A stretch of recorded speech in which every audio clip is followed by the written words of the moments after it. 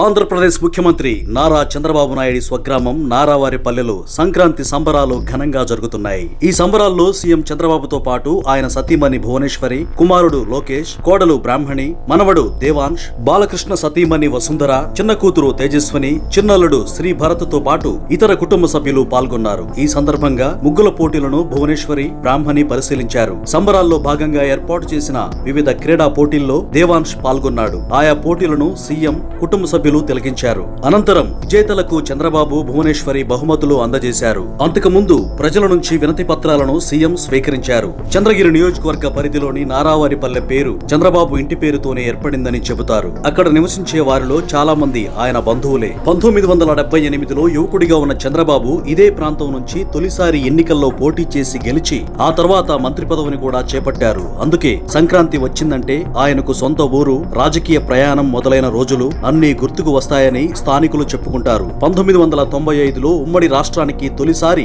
ముఖ్యమంత్రిగా బాధ్యతలు చేపట్టిన నాటి నుంచి చంద్రబాబు ప్రతి సంక్రాంతిని బంధుమిత్రుల సమక్షంలో నారావారి పల్లెలో జరుపుకుంటున్నారు. సంక్రాంతి అంటే ప్రతి ఒక్కరూ ఎక్కడ ఉన్నా తప్పనిసరిగా తమ స్వగ్రామానికి వెళ్లి కుటుంబ సభ్యులతో పండగ జరుపుకోవాలన్న భావనను ప్రజలందరికీ తన ఆచరణతోనే చూపించారు చంద్రబాబు.